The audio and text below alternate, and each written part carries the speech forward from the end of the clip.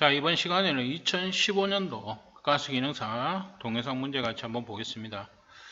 자, 1번 문제. 다음 용접 용기에 탄소 함유량을 쓰시오. 자, 용기에 탄소 함유량, 우리가 탄소 C, P, S 이걸 얘기합니다. 탄소, 인, 황 세 가지의 성분 함유량을 나타내고 있습니다. 그래서 이음매 있는 용기, 요게 이제 용접 용기가 되겠죠. 그 다음에 이음매 없는 거, 무이음 용기, 무계몽 용기 이렇게 얘기하고 있습니다. 자, 인과 황은 용접 용기든 이음매 있는 용기든 없는 용기든 그 수치가 동일합니다. 0.04, 0.05. 그 다음에 탄소 수치가 이음매 있는 용기, 용접 용기의 경우는 0.33. 그죠? 그 다음에 이음매 없는 용기는 0.55.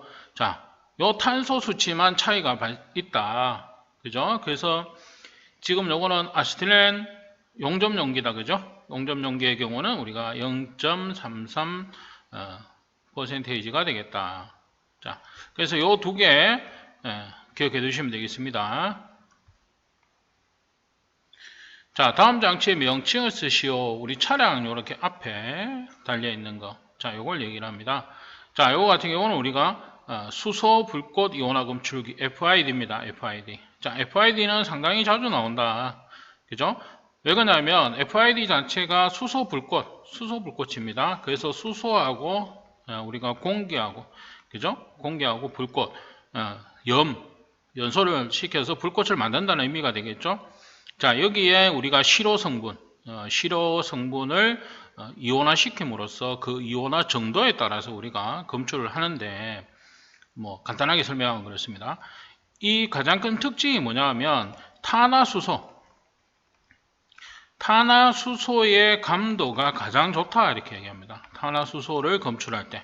그러면 우리가 탄화수소 기본적으로 뭐가 있냐면 가장 대표적인 게 우리가 도시가스는 LNG가 주성분이다. 그죠? LNG의 주성분은 메탄, CH4다. 그죠? 그래서 탄소와 수소가 있는 탄화수소 화합물의 감도가 가장 좋다. 그래서 이 장치 자체가 뭐다? 도시가스의 메탄을 검출하는 것. 그죠? 검출하기 위해서 사용되는 장치. 이렇게 나오는데, 요게 이제 기호로 써라 이렇게 나오는 문제도 있었고요. 또는 명칭을 써라 이렇게 나오는 문제도 있습니다. 그 다음에 이 FID가 어떤 가스를 이용해서 검출하느냐, 이렇게 하나의 가스, 그거는 이제 수소가 되겠습니다. 수소가. 그래서 그렇게 좀 기억을 해두시면 될 것 같습니다. FID, 수소 불꽃, 수소염 이렇게 하기도 하고요. 그다음에 또는 뭐 불꽃 이온화 검출기 이렇게도 또 쓰기도 합니다. 명칭은 뭐 여러 가지가 있으니까, 그죠? 우리 기억해 두시면 될 것 같습니다. 자, 3번 문제. 자, 다음 가스 정압기실에 설치된 RTU 박스의 용도를 세 가지 쓰시오. 자, RTU 박스. RTU 자체가 뭐냐 하면 리모트, 그죠? 이렇게 되겠죠? 그 다음에 터미널, 유닛, 그죠?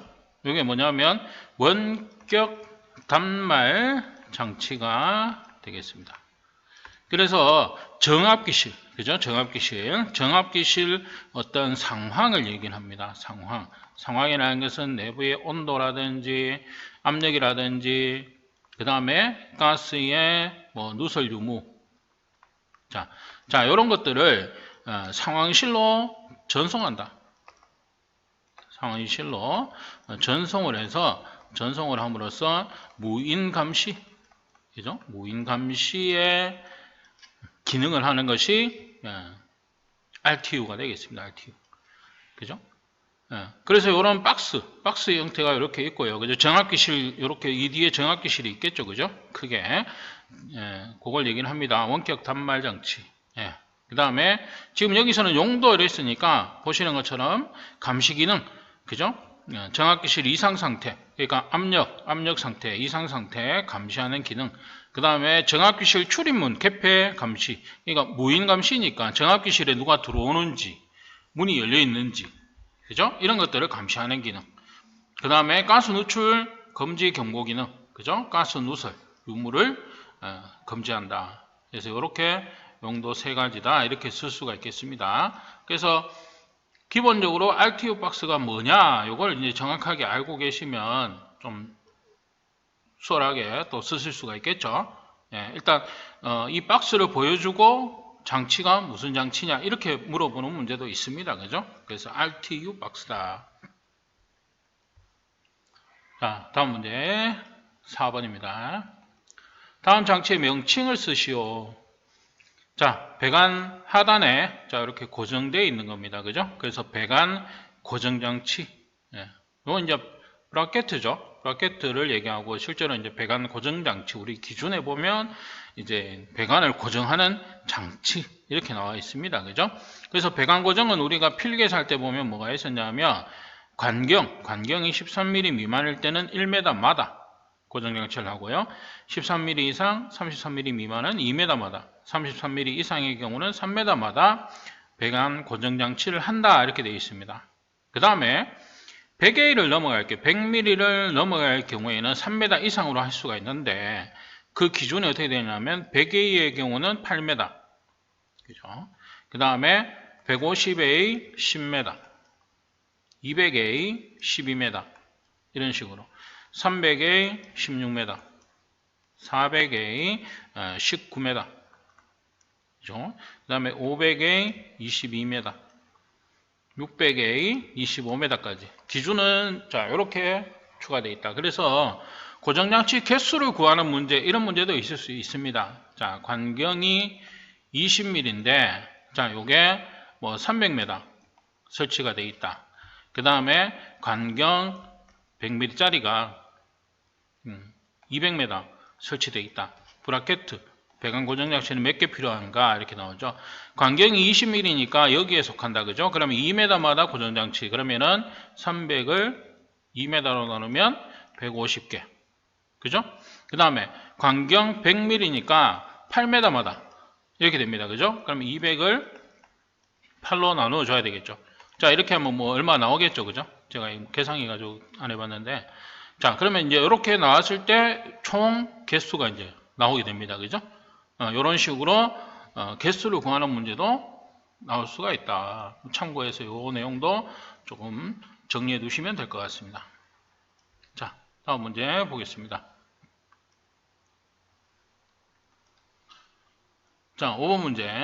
다음 각각 장치의 명칭을 쓰시오. 자, 우리가 지금 보시는 것처럼 자, 이것들은 뭐냐면 우리가 1번 같은 경우는 이상압력 통보 장치가 되겠습니다. 그죠? 그래서 압력을 측정해서 이상이 발생했을 때 이제 통보해주는 장치가 되겠고 2번은 이제 정압기, 그죠? 정압기가 되겠습니다. 3번은 긴급 차단 장치. 그 다음에 4번은 자기 압력 기록계다. 그죠? 그래서 이거는 그냥 뭐 장치가 꼭 이 모양으로 나오진 않을 겁니다. 이게 왜냐하면 회사나 이런 거에 따라서 물론 자기 압력 기록기나 이런 것들은 뭐 거의 뭐 비슷하지 싶은데 약간의 차이가 있을 수 있죠. 있기 때문에 지금 같은 경우 이제 인터넷에 우리가 있는 것 중에서 조금 이렇게 초반에 나오는 것들, 그러니까 검색이 좀 자주 되는 것들을 이렇게 해놨습니다. 해놨는데 여러분들도 이 장치를 검색을 한번 해보시고 어떤 모양인지는 한 번쯤 확인을 해보시는 게 좋습니다. 그죠? 그렇게 일단 하시는 걸로 하고 이건 넘어가겠습니다. 자, 6번에 다음 LPG 저장 탱크 설치된 장치의 명칭과 용도를 쓰시오. 자, 이건 맨홀입니다. 맨홀 내부에 여기 이제 사다리가 이렇게 있죠. 그래서 이렇게 내부에 들어가는 겁니다. 그래서 탱크 내부 점검 시 개방을 해서 작업자가 들어가서 점검하는 용도. 점검. 그죠? 점검을 한다든지 뭐 수리를 한다든지 청소를 한다든지 이렇게 할 수 있도록 작업자가 드나들 수 있도록 만들어 놓은 그죠? 점검구 우리가 맨홀이 되겠습니다. 그죠? 이게 뭐 점검구 이렇게 볼 수도 있고요. 명칭은 그래서 명칭과 용도다. 그죠? 이렇게 써주시면 되겠죠. 자, 7번에 다음 폴리에틸렌 간 연결하는 방식을 쓰시오. 이렇게 나왔는데 우리가 기본적으로 PE관, 폴리에틸렌관 이렇게 나왔을 때는 맞대기 융착이음, 그죠? 그 다음에 소켓, 그 다음에 새들, 이 세 가지죠. 이때까지 이렇게 나왔는데 지금 보시면 이거는 새들입니다. 새들 형태인데 여기에 뭐 전선 같은 게 이렇게 연결이 되어 있죠. 그래서 이거는 뭐냐면 전자융착 또는 전자식 융착, 이렇게 전자융착 또는 여기서 나오는 전자식 융착. 자, 요거는 뭐냐면 관과 관 사이에 소켓을 이용하는데 이 소켓에 뭐가 달려있나 하면 전자열선, 그죠? 이 전자열선이 들어있는 소켓을 끼워서 융착하는 방식을 우리가 전자융착 또는 전자식 융착이다, 이렇게 얘기하고 있습니다. 그래서 지금처럼 소켓에다가 뭐 이렇게 선이 연결되어 있다. 이게 이제 전자열선이 되겠습니다. 이 열선을 연결해서 융착하는 방식이다. 이렇게 보시면 되겠습니다.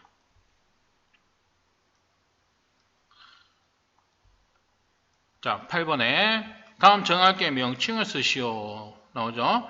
자, 엑셀 플로우식 정학기다. 자, 이거는 뭐 이거 정학기 자체를 좀 기억해 두셔야 됩니다. 그죠? 엑셀 플로우식이 계속 나오고 있습니다. 그래서 뭐 그림으로 이런 것들은 뭐 그냥 사진을 인터넷 통해서 여러분들 자꾸 검색해서 한 번씩 보십시오. 교재에 있는 거, 교재마다 이게 또 그림이 약간씩 차이는 있습니다. 또 공단에서 출제하는 문제에서는 또 사진이 약간 다를 수 있거든요. 그래서 조금 검색을 통해서 여러 개의 사진을 보고 기억해 두시는 게 좋을 것 같습니다.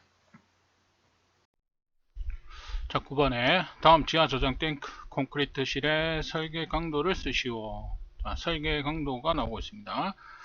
자, 여기서 내용이 조금 변경을 좀 하겠습니다. 그죠? 답은 이 내용은 아니고, 자, 답은 21 메가파스칼 이상이 되겠습니다. 자, 이렇게. 자, 요거는 뭐냐면 우리가 KGS 코드에 우리가 뭐 FP332나 아니면은 FU 331의 내용을 참고하시면 되겠습니다. 여기서 개정이 됨으로써 이제 내용이 약간 변화가 있었는데요. 설계 강도는 21 메가파스칼 이상 이렇게 규정이 되어져 있습니다. 그래서 여러분들 혹시라도 우리가 교재에 수정을 할 수 있도록 하겠습니다만은 혹시라도 참고해서 내용을 한번쯤 확인을 한번 해보시기 바랍니다. 자, 그래서 설계 강도는 21 메가파스칼 이상, 자, 요 내용이 되겠습니다. 자, 10번에 다음 전위 측정용 터미널은 외부 전원법에서 몇 메다의 간격으로 설치해야 하는지 쓰시오. 자, 이것도 우리 계속 나옵니다. 그죠? 전위 측정용 터미널이다. 우리가 부식 자체가 관대지 전위 이렇게 얘기합니다. 관과 대지, 땅, 전위 차이에 의해서, 그죠? 관대지 전위에 의해서 발생하는 게 이제 부식이다. 전위 차이에 의해서, 그죠? 그래서 그 전위를 측정하는 거예요. 전위를 측정하는 터미널을 매설을 한다는 겁니다. 매설을 하는데, 요거 같은 경우는 이제 어떻게 되냐, 이제 배관을 이렇게 매설했을 때 우리가 이 측정을 하는데 이 위에 이제 선을 이렇게 빼놓는 겁니다. 그죠? 빼놓는 거 측정하도록 전위값을 측정하도록. 근데 우리가 방식법은 크게 세 가지죠. 외부 전원법, 그 다음에 뭡니까? 희생양극법, 그 다음에 배류법. 이렇게 세 가지 크게 볼 수 있습니다. 그죠? 그래서 희생양극법과 배류법의 경우는 기준이 300m마다, 그죠? 이내 간격으로 설치 이렇게 되어 있고요. 외부 전원법은 좀 더 길다. 500m마다 설치한다. 500m 이내 간격으로 설치. 그래서 외부 전원법은 외부에서 전원을 공급해 주니까 그죠? 전이차나 이런 것들이 좀 더 멀리까지 사용할 수가 있다. 그런 의미가 되어 있습니다. 그죠? 그래서 얘들은 500m. 그죠? 희생양급법과 배류법은 300m. 그죠? 그래서 TV는 우리가 전위 측정용 터미널은 300m, 500m 요거 계속 나옵니다. 요 문제 거의 나오는 거지 다른 거는 거의 나오는 경우가 잘 없어요. 잘 없으니까 300m, 500m 요거 꼭 좀 기억해 두시면 될 것 같습니다. 자, 여기까지 이제 10번 문제까지 이번 시간은 마치도록 하겠습니다.